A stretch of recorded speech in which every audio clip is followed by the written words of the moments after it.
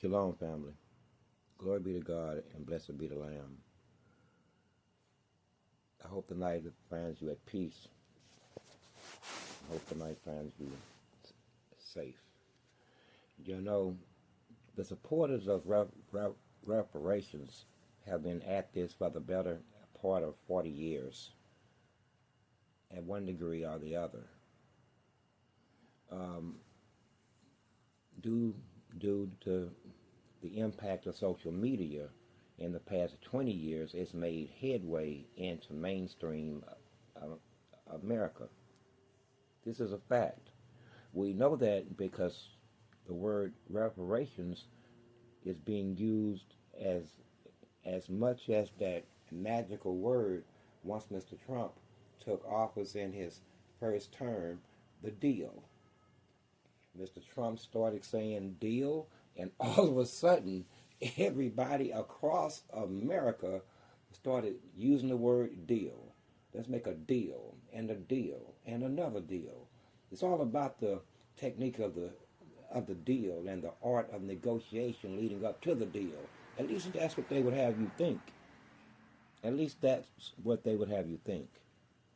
You know, as I said before, I have anywhere from 5,000 to 5,600 hours in the practice of law. The study of it, the understanding of it. You know, at 5,000 hours of doing anything, if you have done it 5,000 hours, you are considered an expert at that thing. End of discussion. You know everything about that thing after 5,000 hours. Anyway, you know, the supporters have been pushing, and they couldn't even get House Resolution 140 or 2140. I forget the exact title of it, but it had to do with a study just to gain an understanding as to what reparations would look like. And for 40 years, you couldn't even get that bill off the floor. Half the time, not even to the floor. I've seen times when they all stood up and walked out if you pushed the issue. I've seen it with my own eyes. I was watching the hearings. All you needed was a signature. One signature. Sad, isn't it? Sad. One signature. I watched a bunch of white politicians walk out one by one as black politicians, so-called, needed one signature to move a bill forward. Ironically, some of them still sit there today. They still sit there today. You know, the proponents of it have put forth a viable argument, a viable claim. There's a viable claim, period. And with all of the excuses, I'm sorry, that is a digression. With all of the legal defenses put forth, not the complicated ones, because I watched one in the 80s, I think it in some state, and this guy just argued and he used 1,000 words about the complications and the counts and who gets paid and blah, blah, blah, blah, blah, blah. Oh, goodness gracious. He had the type of argument that just drags your ass. You'd be like, well, you just get to the end of your argument. We halfway to believe you about the sheer volume of words. Who spills this motherfucking many words and not be telling the truth? Damn, already. We gotta go. But they put forth a viable argument, which would be the plaintiffs in the case. The plaintiffs in the case. They would walk in with reams of documents, reams. I mean, going back to 1865 all the way up to 1926. Boxes and boxes and boxes. I mean, we may as well spend the night at the fucking courthouse. It would be so many damn boxes there. It would take us 4 to 5 hours to just haul in all of the evidence. It would take 45 hours. It would piss the judge off. The jury would be sighing and rolling their eyes and sitting sideways in their chairs because their ass hurt. And they ain't got no action. Not one word has been spoken as we drag in box after box after box of evidence.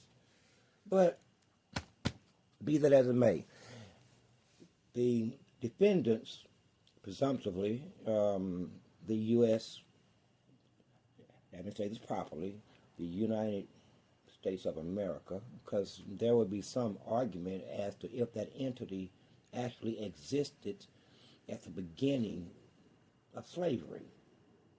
Anyway, that's a sidebar argument. I mean, that's a side argument that could lead somewhere as to, as far as standing, legal standing. But anyway, so first they said that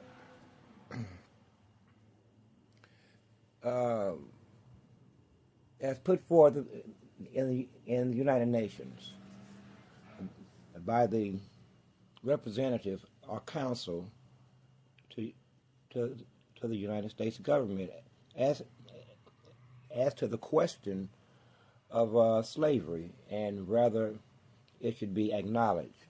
This wasn't a resolution asking for money. This is one put forth by the nation of Ghana seeking reparations for the damages to them caused by slavery, in which I would say, sir, 1.5 million were tossed overboard. 1.5 million black people were tossed overboard during the Middle Passage. Another 12.5 million, give or take, would be forced into slavery. That's the bottom line. So the most recent argument as put forth by the U.S. government is it was legal at the time. It was legal at the time. How simplistic. How simplistic and without notion, without thought. It smacks of sheer arrogance. When you're arrogant, you don't see a whole lot of shit. I'm pretty much sure you go through life and just assume that everyone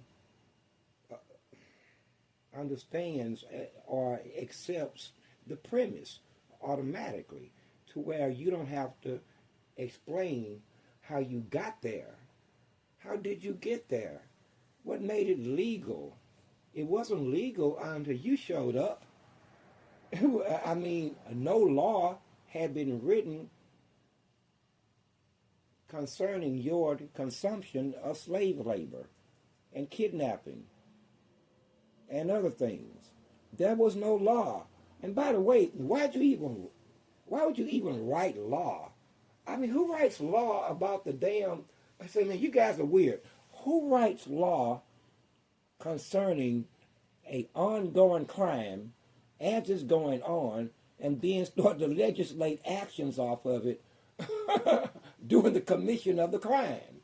Sir, under normal circumstances, we would find you incompetent or unfit to represent yourself or act as a witness. We would probably have you mentally declared.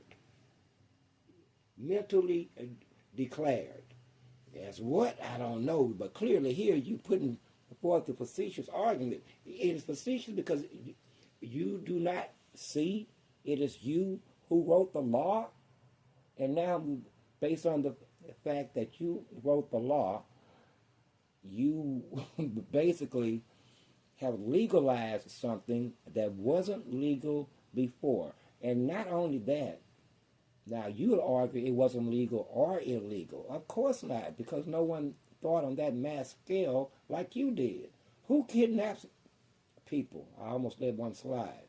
That's kind of weird.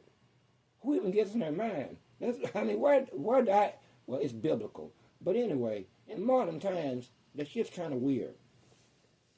Back to your argument. It was legal at the time. Okay. What was it before that? It would be too complicated to actually figure out who's who. Oh, no, it wouldn't, buddy.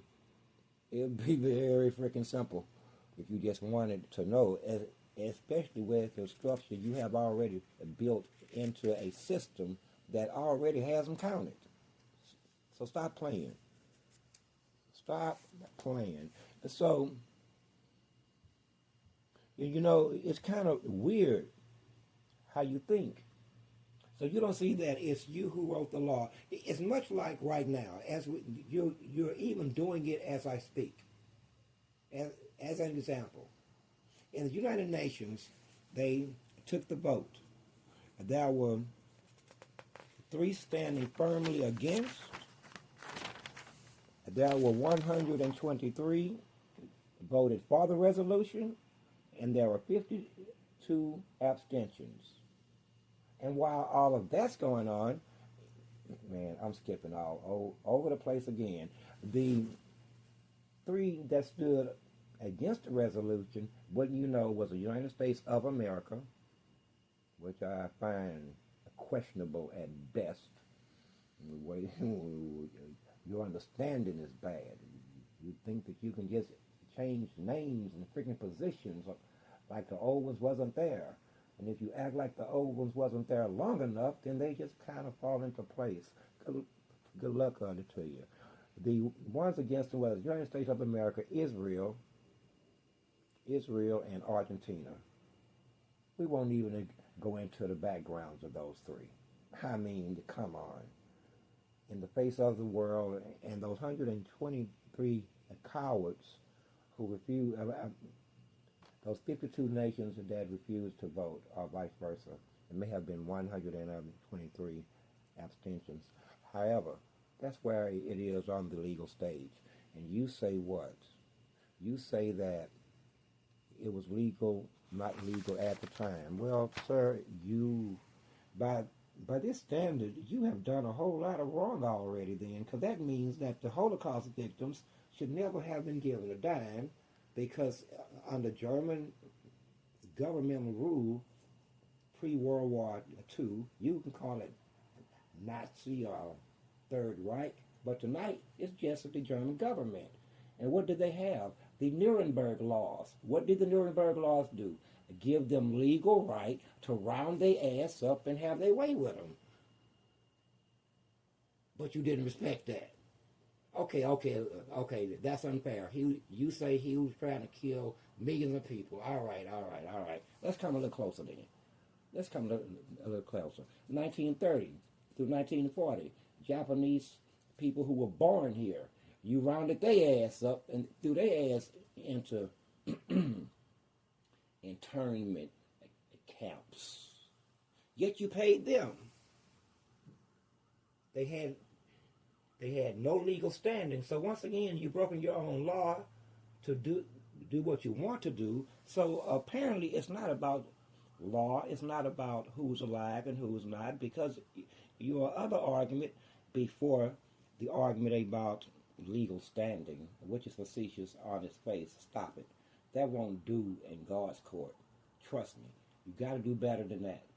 If that's your final argument, stop. Further, I can promise you, that one is not going to cut the mustard when you wrote the law and now you're standing there on the very law that you wrote, which even gives you the consent to make an argument as to if you can be punished. I mean, when does the victimizer get consent, must give consent to be prosecuted? I don't understand. Hold on. Let's take this down the hood level. Listen, I get caught with some shit. All right? But I got law on my side. Y'all fucking around. So what? And so you find out what the law is I have to agree that you have the right to sue me, to prosecute me. Wow. I don't know how you pull out that argument. I wasn't there, but you managed to get it through. I mean, wow. Impose consent. So that means that you're basically above the law. You're above the law, and I don't know why you don't just say that. You used to be more honest, and you're asking yourself right now, who is they? Fill in the blanks. Fill in the blanks. Who is they? Mr. They. That motherfucker everywhere. Everybody knows that shit. They is everywhere. I've been knowing that since the 70s. Shit. I bumped into they through my uncles when they started saying they and them, as in spooky. Man, them people do what they want to do. It is what it is. They do what they want. And I started looking for Mr. Day. Turns out, I think I found him. Mr. Day seems to be a fucking collective. But anyway, but back to what I was saying. Let's keep it legal. Let's just make things clear. But you do understand that when you write such things, such arrogant documents based on force and violence, like Manifest Destiny, then you're going to keep falling into the same trap. You wrote your own answer. Your destiny seems to have been manifested. What is your destiny? Well, first you have to figure out who they is, because apparently you think it ain't you. It is you.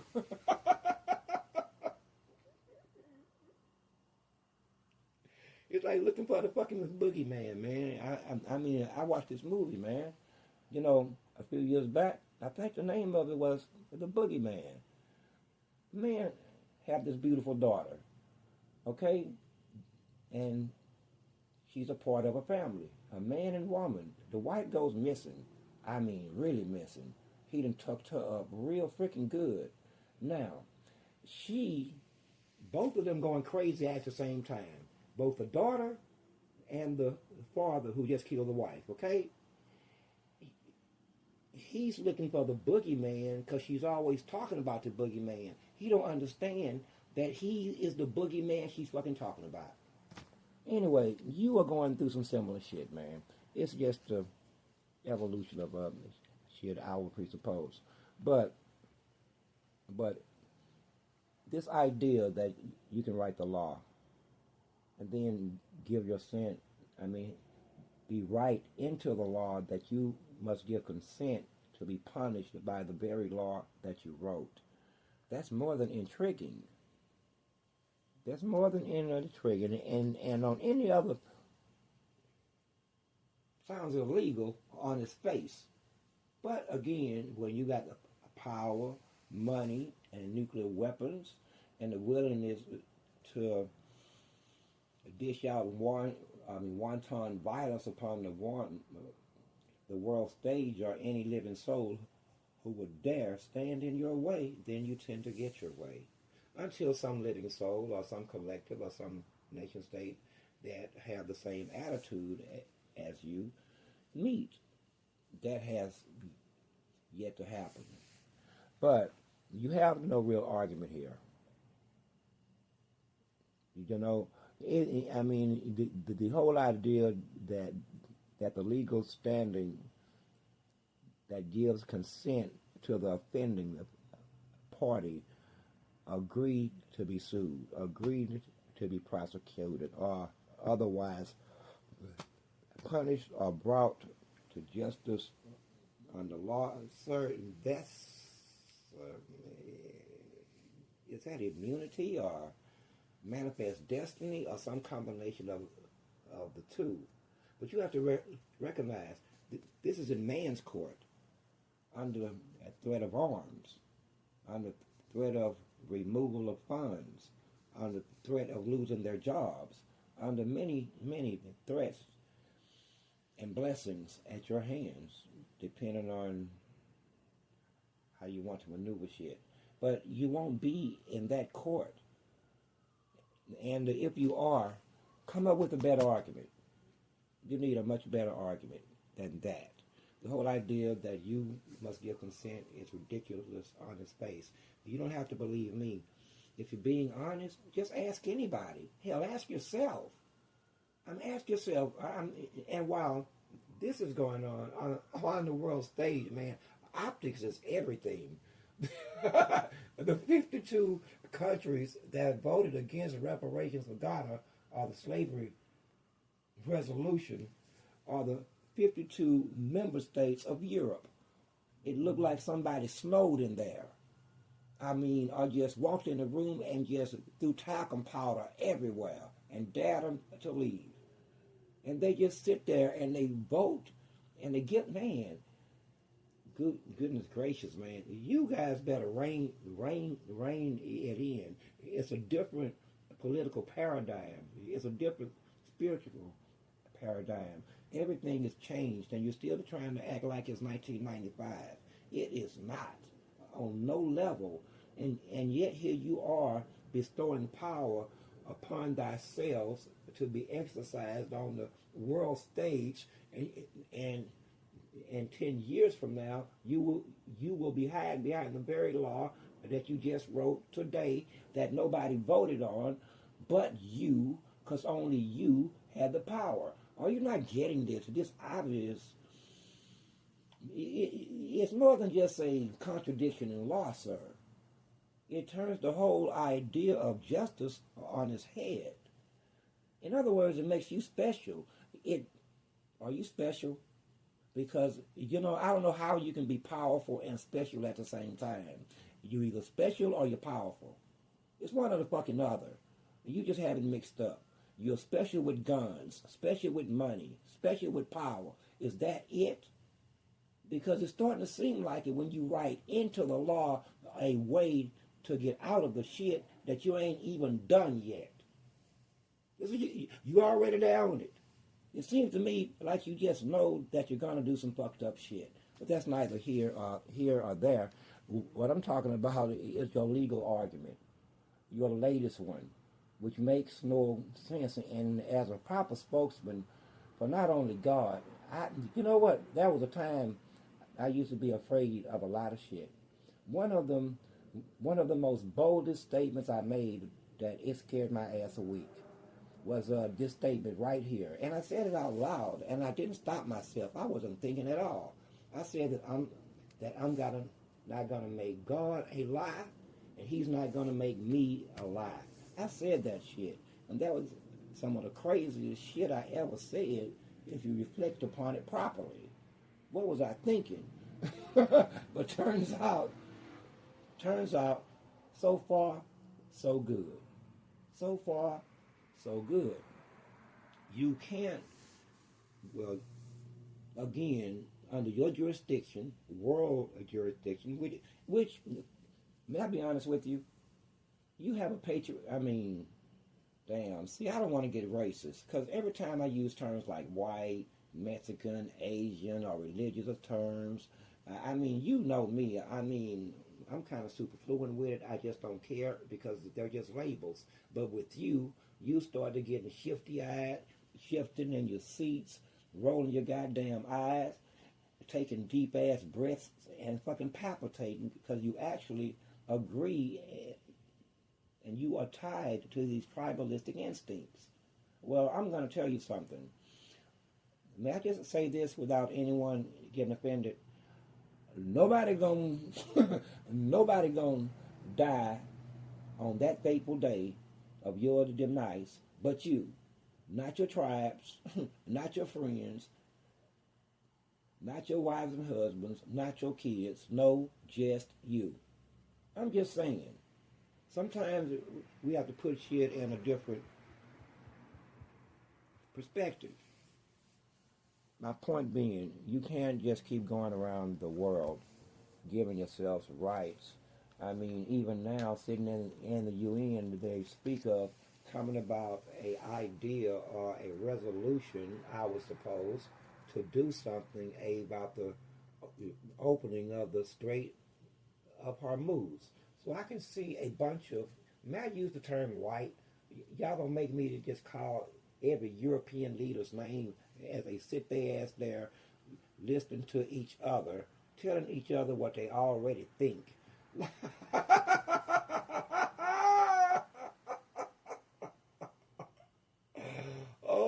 I don't mean to laugh. I don't mean to laugh. Okay, and I don't want you to take my laughter the wrong way. But boo boo, it's a different paradigm. It's a different paradigm. I'm laughing because you seem not to get that shit. It's a different paradigm. What was the Great Reset? What I mean, New World Order, Great Reset, and we wind up here. The New World Order is turns out is a relinquishing of the respect for international law, and in place of it, they want a rule-based order in which they write the rules. And what was the Great Reset? It's recent. I finally get it. I'm slow in the head, or maybe I just think too goddamn high. The Great Reset. I mean, why the fuck didn't I see it? You want to fucking calibrate it and reset it back to damn near slavery and start from there. That means that you have to do what you've always done. That means that you have to continue to act like a vagabond on the world stage, just like God said. But I'm drifting. Back to this legal argument that you make, sir. That won't do. I'm telling you ahead of time. If you're going to argue, I mean, it's so simple. After 400 plus years, this is what you come up with. It was legal at the time. Say, man, them lawyers are going to eat your ass alive. You need to take this back. I mean, it passed in the UN. I mean, it passed muster. But don't make that argument on with us. Do not make that argument. You do understand why. It has ugly underpinnings. Do I have to say it again? I mean, you force motherfuckers to say shit that they wouldn't otherwise say. It'd be you who actually asking for the shit. Because if you don't say it, you're going to act as though one doesn't have a temerity or you're right. Either way that you take it, it's not going to serve you well. But you won't see that. You won't see that. You'll see it as an opening. You'll see it as a gap. You'll see it as an opportunity. You'll see it as something else. Anyway, I'm not here to, like I said, I'm not your father. I ain't your pastor. I'm none of that, but I am what I am. And that argument will not work. Don't try it. Do better.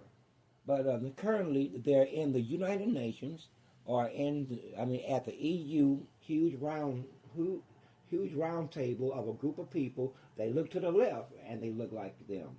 They look to the right and they look like them. They look in front of them and they look like them.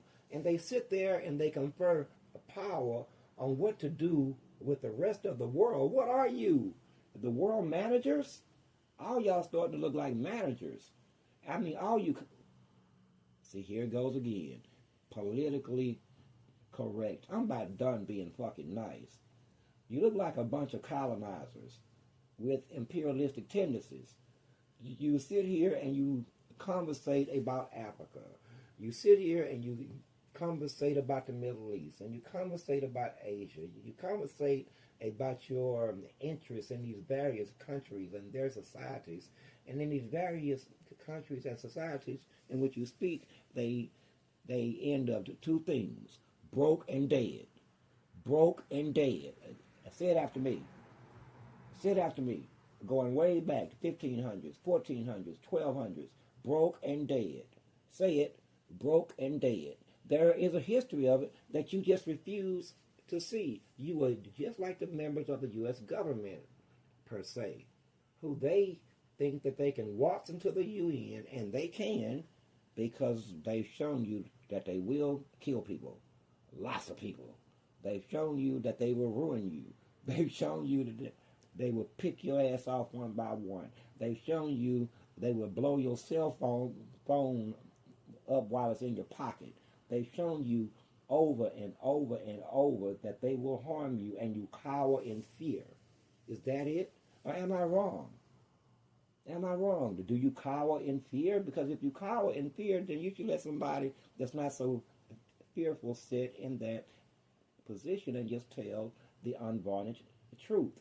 You have no interest in anyone else's land. You've given yourself interest. You've given yourself interest in black life. You've given yourself interest I mean, really, no country on the planet has naturally evolved without you being in it, let alone black people. And by the way, can we just tell the truth? 12.5 million is a large number. There were, some of us were already here. As God said, he would scatter them across the world. Well, they were here. And what does the word America actually mean? What was it? What? Come on, tell the truth. What was the first thing that them other people said when they seen those other people? They said, land of the copper people. Land of copper-colored people. That's what they said. Anyway, that's the beginning of it. You can't go around the world doing what you do anymore.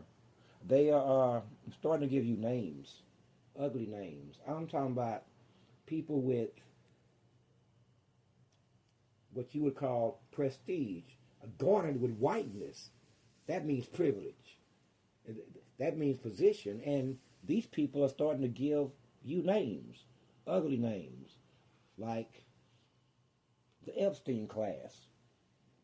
Okay?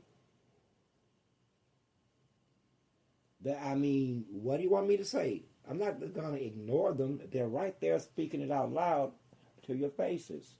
Once again, it's you, the rich and powerful, and the elite who feel like you don't have to listen. Money does that. Not to me. Not to me. However, I have been known in my way to just give a nigga $500 to just stop bugging me at the corner. It was a small price to pay. He wasn't going to stop asking for the change. Okay? He wasn't going to stop asking. But you know, none of this will stand. Not your idea of a great reset, not your idea of a rule-based order based upon violence and threats of violence, not your idea of a new world order. None of that's going to come to be. Are you crazy? All of this was thought of without God being in it. And now God smack dab in the middle of it. You had no plan B. No what if plan. So your idea is just to continue forward, like God is going to just stand back and watch you. Well, we just need to reset it. Well, we just control Africa, control you black folk over here, and them people there, and we can move them over here, and man, you know what? None of that shit's going to be. None of that shit is going to be. Now, here's what's going to be. I know you don't believe it. Or do you believe it? At this point, I think that you're going through the motions. And, you know, I wasn't going to bring up this part of it because this really needs its own audio. But I must show mercy. I must show understanding in the face of everything else. This is a must. Otherwise, things are not right, and unnecessary shit happens, and shit gets complicated. It's easy enough to just stay on the right side of shit. But see what was I about to say? I was about to say some old crazy ass shit. You know, you've attempted to normalize the violence. That's the first thing. You've normalized the violence, okay? On a mass scale. It's on a scale now that is almost inhumane. I mean, killing and war is one thing. I don't like bombs anyway. I feel like armies, if need be, let me be quiet right there about my feelings about armies. You know, the normalization of violence is what you seek. That's what you seek, the normalization of what you do. maybe as a people, maybe as a tribe, maybe as a collective, maybe as powerful elitist organizations. It doesn't really matter. It is a fact. But you know why why all of this is happening, right? Let me explain something else to you. You know, I arrived late. That's a fact. I arrived late. I knew this pretty much early on, a couple of years late. I say late because the devil had beat me to it. The devil had already started the taking of the seeing and the hearing. Okay? He had let me repeat that. He had already started his acquisition of both the seeing and the hearing of you. Okay? Of you. So, 2 years lost. I put that on me. I didn't develop fast enough. I say 2 years because I resisted development. I simply didn't want to be me. It was real simple. Now that I look back on it, I didn't want to be me, so I resisted for 2 years. But that's done. The taking of the seeing and the hearing makes it almost impossible to reach everyone like I would like to reach them. It is a severe handicap. It is a severe handicap. The devil has to be smirking as I'm talking about this. It was a severe handicap and a good move on his part. I will one day know how he figured things out, such as they are close and they're almost here, and now they are. I'd love to know how he gathered that information. At any rate, so we don't reach everyone. Not like we would want to, because again, of the spiritual aspect of it. The spiritual aspect. But those who they wasn't able to control, that's a different story. Same people, same races, same difference of cultures and races and tongues, but same problem. Same problem. Multiplied by 7 billion, give or take 2 billion, less than that actually, way less than that. I just want to be nice. I'm hoping, but I know it's less than that. But then you see the enormity of the problem. This permeates every level of government, every family, every household, every store, anywhere that there's human transaction. It is there. It is there, and it's not a situation that's lost on us at all. We know. We know. So, this is what we're working with. This is what we're working with. However, as time goes on, the light shines. The light shines. The light is the consciousness. But anyway, it is because of this that I believe that Mr. They over here can't see things clearly. This is why they cannot see that it is a different paradigm. Fundamentally, it's hard to believe that human beings would experience what they're experiencing and react in the way that they're reacting, not once you know human behavior. Not at all. Not at all. Okay? And then secondly, this is a wicked war. You know, that there's war, and then and this one's wicked. This is wicked. But I put their activity and their attempt to normalize behavior i.e. violence, war, ritualistic themes, and things of that nature. The normalization of this is very strong in their drive. It's, it's the idea of if you will not accept me, then I will force you to accept me. I think. I haven't thought that one through to them deeply. I don't like getting into the human mind. It's not like my mind. So when I look into the human mind, trust me, I don't want to do it. And I rarely, very, very, very, very rarely do it because there's no need to. There's no need to. The human component of it is a known factor. It's known. There's nothing unknown about human behavior. Absolutely nothing.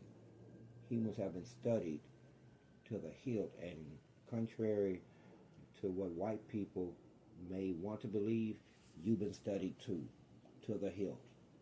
Studied. Okay? Just like you studied everyone else, well, shit been studying you. Shit been studying you. It's time to come to grips with some shit. Shit been studying you. That don't make it the enemy, but that don't make it not the enemy either. Everything has fucking potential in a world like we live in today. Okay? I'm just saying though. But this idea that you kind of get out of reparations by making the argument that it was legal at the time. You probably shouldn't have added that. If I may critique you, you should have not even entertained the at the time thing. It should have been straight, it was legal. And let the honorable court and the plaintiff dig at it. Okay? Now, if I'm going to use this type of argument, it's not going to leave too many questions, and this one leaves obvious questions like, what time? I mean, how are we measuring time? I mean, it gets complicated. You just don't see any other questions coming, but I do, and that's why I tell you, this is not the right argument. Make your argument a little bit more complex, and that just would be my advice. That one won't to do. It falls apart on your face, and when it comes to reparations, we're not the Ghanaians, and Ghana doesn't speak for us. In fact, Ghana speaks for you. Let's understand that too. That as I speak, Ghana seeks better relations. I like that word. Better relations with the United States government, while at the same time demanding reparations for slavery. Why? All these contradictions. Listen here, man. I come to talk to the master. Man, all I want is my money. I really ain't got no money. I don't care about how you resolve your personal issues about slavery as a resolution. You're never going to resolve this shit. And it ain't about money. It's never been about money. I mean, it's spiritual and it's psychological, but not money. It's never been about money. Hell, you are $37 trillion in debt. You print money like there's no tomorrow. You spend money like a drunken sailor on a Friday night. You even have created exotic schemes to where you print money that is debt, and then you use the same money to buy your own debt. See, I can't trust a man like you.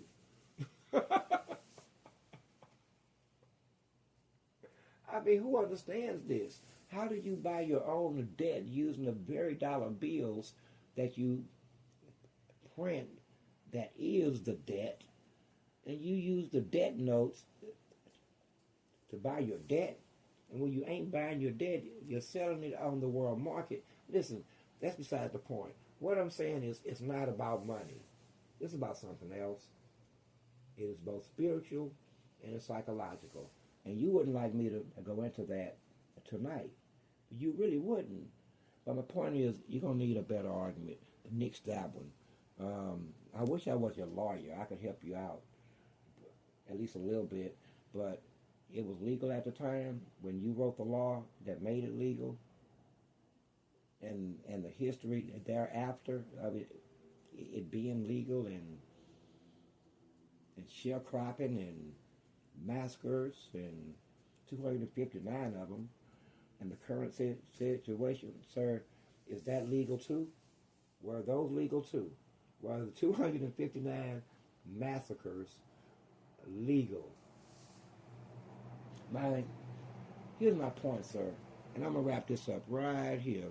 You're being facetious, and you have this refusal to see yourself as you are. I remember I used to do that.